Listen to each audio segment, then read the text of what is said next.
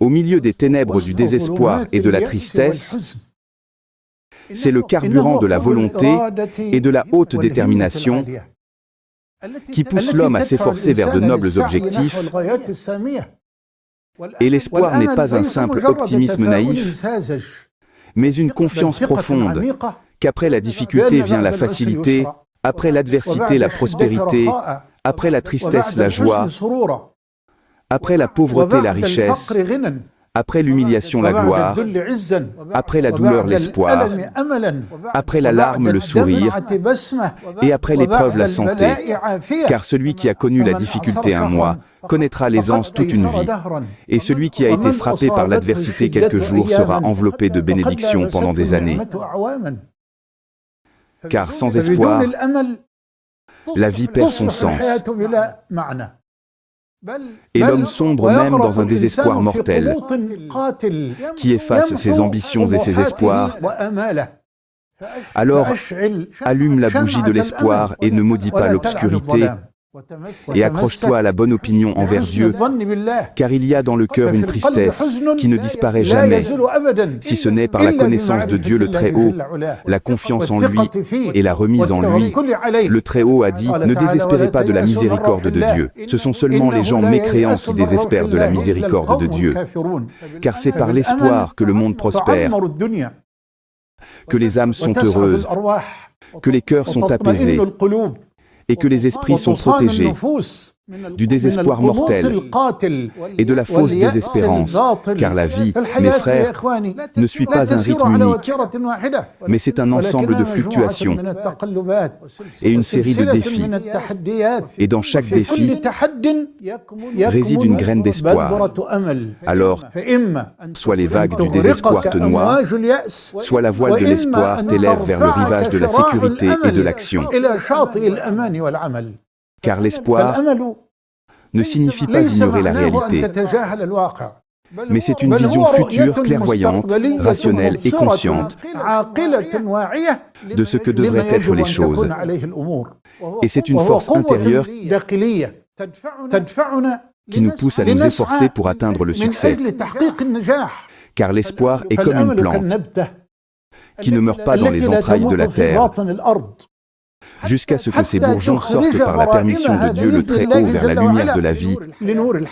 L'espoir est comme une rose qui exhale parfum et fragrance malgré ses épines. Et les grands espoirs font les grands hommes.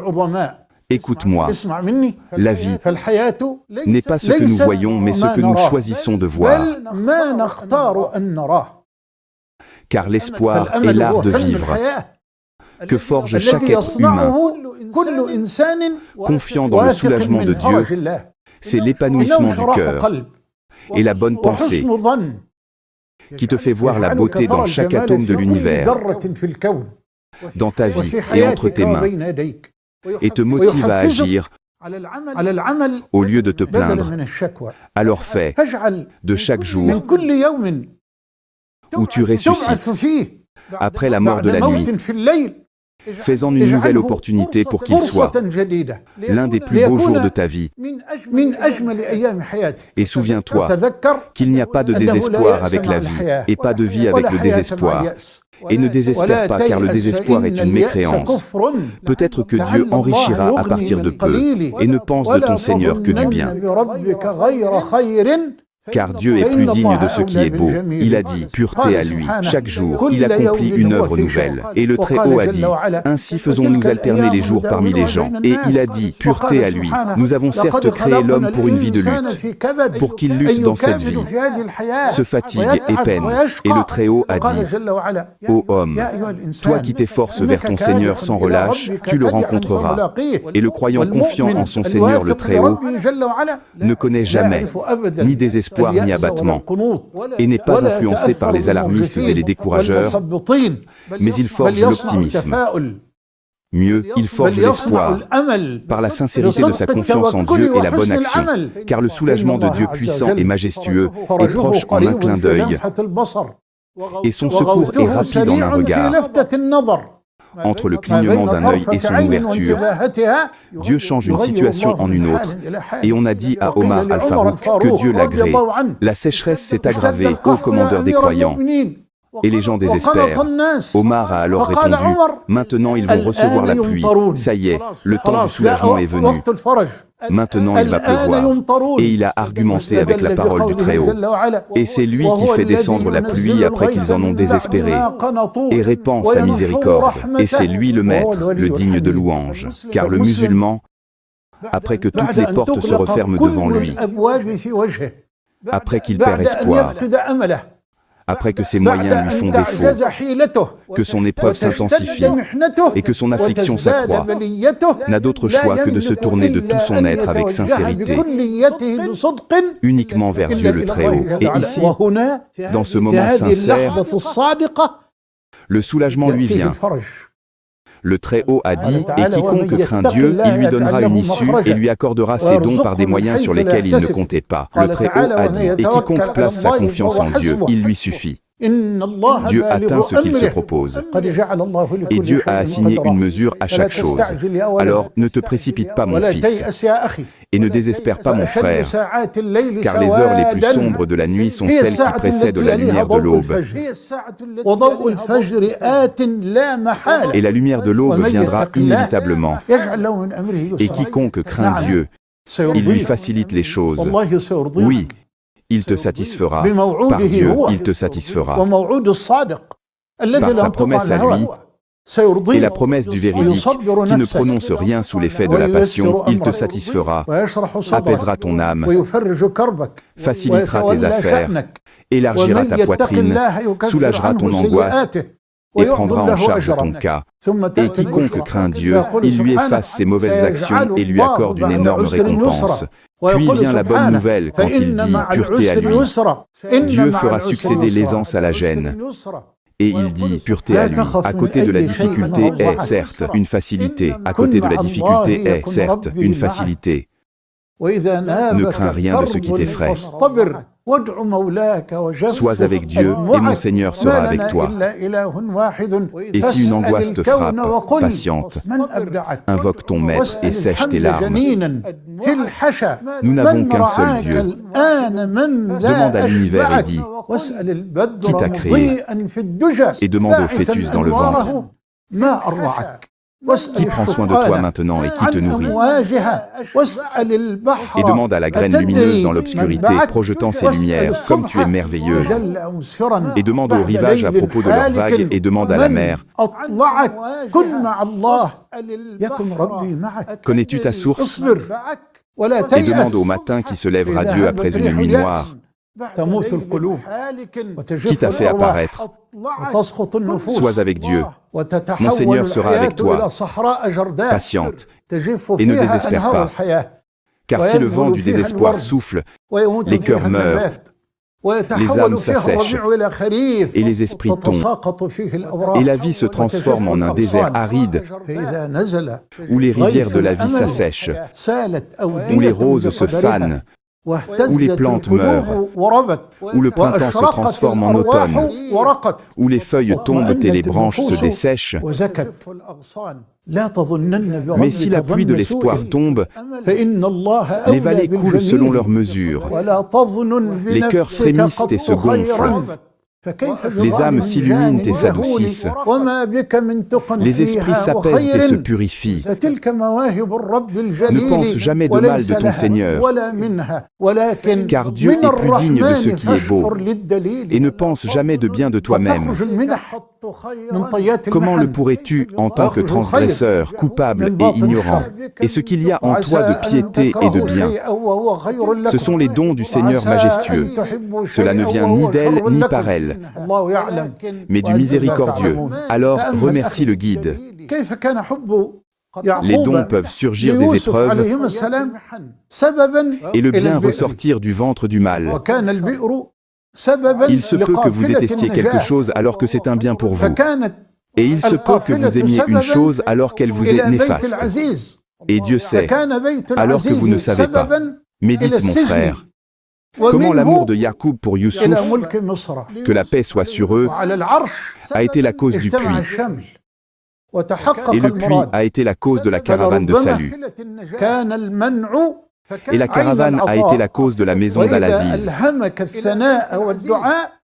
Et la maison d'Al-Aziz a été la cause de la prison. Et de là, au roi d'Égypte. Et sur le trône, la famille fut réunie. Et le but a été atteint. Car peut-être que la privation était l'essence même du don. Et s'il t'inspire la louange et l'invocation, c'est qu'il a voulu pour toi la grâce et la générosité. Alors si les malheurs de la vie t'assaillent, et que la terre, malgré sa vaste étendue, s'est rétrécie pour toi, souviens-toi que tu as un Seigneur qui exauce l'affligé quand il l'invoque. Le Très-Haut a dit, n'est-ce pas lui qui répond à l'angoissé quand il l'invoque et qui enlève le mal? Souviens-toi que tu n'es pas le premier à être éprouvé, ni le premier à souffrir. Mais t'ont précédé sur ce long chemin les prophètes et les messagers, les saints, les pieux, les élus, les vertueux et les nobles. Voici notre prophète, paix et salut sur lui, qui nous enseigne l'optimisme et l'espoir dans les moments les plus difficiles et les épreuves et crises les plus sévères. Tranquillement, il leur annonce la victoire et le pouvoir, même alors qu'ils subissent la torture et les sévices à la Mecque, et le jour de Taïf, et le jour de l'Hégire, et le jour de Badr, et le jour de Uhud, et même le jour des coalitions où régnait la faim, le siège et la peur. Il se leva pour annoncer la victoire, la conquête et l'espoir. Et il va même jusqu'à jurer, en disant, par Dieu, Dieu accomplira cette affaire, jusqu'à ce que le cavalier voyage de Sanaa à Hadramaout, ne craignant que Dieu et le loup pour ses moutons. Mais vous vous montrez impatient, et combien est merveilleuse, créative et belle la parole de Ali, que Dieu l'agrée. Il dit, si le désespoir envahit les cœurs, et que la poitrine spacieuse se resserre de ce qu'elle contient, et que les malheurs s'installent, et que les calamités jettent l'encre, et que tu ne vois aucune issue pour dissiper le malheur, et que la ruse de l'homme habile ne sert à rien, il te vient, au moment de ton désespoir, un secours accordé par le doux, celui qui exauce. Et tous les événements, lorsqu'ils s'accumulent, sont suivis d'un soulagement proche. Même dans les derniers moments de la vie, alors que tu es sur ton lit de mort, réjouis-toi. Oui, réjouis-toi de la rencontre avec Dieu, de sa miséricorde, de sa générosité, de sa grâce et de son don, de sa miséricorde, de sa bonté, de sa noblesse, de son pardon, de sa bienfaisance et de son indulgence. N'as-tu pas entendu la parole de ton bien-aimé, qu'aucun de vous ne meure sans avoir une bonne opinion de Dieu? Dieu. Mais il faut recourir aux causes qui repoussent le mal et lèvent l'épreuve par des actes de repentir, l'abandon du péché, l'invocation, la demande de pardon, la piété, la bonne action, se soigner et prendre les causes du succès, de la réussite, de la victoire, du travail, de la créativité, de la production, de la fabrication et de l'enseignement, et une vision rationnelle et consciente des choses telles qu'elles sont, pour repousser leur mal et profiter de leur bien. C'est cela la bonne opinion de Dieu. Le Très-Haut a dit au sujet de Younous, s'il n'avait pas été parmi ceux qui glorifient Dieu, glorifie, remercie, invoque et adore, et travaille, soit créatif et produit. S'il n'avait pas été parmi ceux qui glorifient Dieu, il serait resté dans son ventre jusqu'au jour où l'on sera ressuscité. Et il a dit aussi, si seulement il y avait eu une cité qui ait cru et à qui sa foi eût été utile, sauf le peuple de Younous. Lorsqu'ils crurent, nous leur enlevâmes le châtiment de l'ignominie dans la vie présente et leur donnâmes jouissance pour un certain temps, car la permanence d'une situation est impossible. Et toute angoisse tend vers le soulagement et la disparition. Et l'optimisme fait revivre les âmes, fait revivre les âmes qui sont mortes, tout comme la terre morte revit par la pluie du ciel. Et l'espérance en Dieu est la meilleure chose espérée. Et c'est pour nous une croyance fermement établie qui ne disparaît pas. Alors si la situation se complique, que la parole trébuche, que le diable attaque dans les mers du désespoir, Hérode, souviens-toi de la parole du grand, l'exalté. Dis, ô mes serviteurs qui avez commis des excès à votre propre détriment, ne désespérez pas de la miséricorde de Dieu, car Dieu pardonne tous les péchés. Oui, c'est lui le pardonneur, le très miséricordieux, et lis la parole de Dieu avec méditation. Et ne désespérez pas de la miséricorde de Dieu. Ce sont seulement les gens mécréants qui désespèrent de la miséricorde de Dieu. Et répète. Et qui désespère de la miséricorde de son Seigneur, sinon les égards. Ô toi qui vois et entends ce qu'il y a dans les consciences, tu es le recours pour tout ce qui est attendu. Ô toi qui es espéré pour toutes les adversités, ô toi vers qui vont les plaintes et les recours. Ô toi dont les trésors de subsistance sont dans la parole, sois, accorde la sécurité, car tout le bien est auprès de toi. Je n'ai d'autre moyen vers toi que ma pauvreté. C'est par mon indigence envers toi que je repousse ma pauvreté. Je n'ai d'autre stratagème que de frapper à ta porte. Si je suis repoussé, à quelle porte irai-je frapper? Loin de ta générosité de désespérer un pécheur, car ta grâce est plus abondante et tes dons plus vastes. C'est avec humilité que je me présente à ta porte, sachant que se rabaisser à ta porte est profitable. J'ai fait de ma confiance en toi mon appui, et j'ai tendu les mains en mendiant et en suppliant, par mon amour pour celui que tu as aimé et envoyé. Tu exauces l'invocation de celui qui intercède par lui.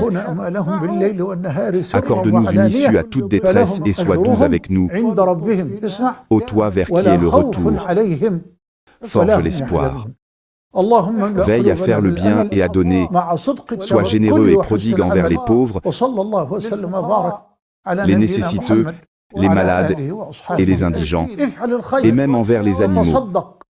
Et garde les yeux fixés sur la grâce de Dieu, car tu ne sais pas, peut-être que le succès te sera prescrit dans ce monde et dans l'au-delà grâce à ta bienfaisance envers un nécessiteux. Fais le bien, donne l'aumône et efforce-toi d'atteindre un stade où le don devient une partie de ta vie, indissociable de toi, pour dissiper ton angoisse, ta tristesse et ta peur. Ceux qui, de nuit et de jour, en secret et ouvertement, dépensent leurs biens, ont leur salaire auprès de leur Seigneur. Écoute, il n'y a aucune crainte pour eux, et ils ne seront point affligés. Ô Dieu, remplis nos cœurs d'espoir, avec une confiance sincère et de bonnes actions, et que la paix et salut sur lui soient sur notre prophète Mohammed, ainsi que sur sa famille, et tout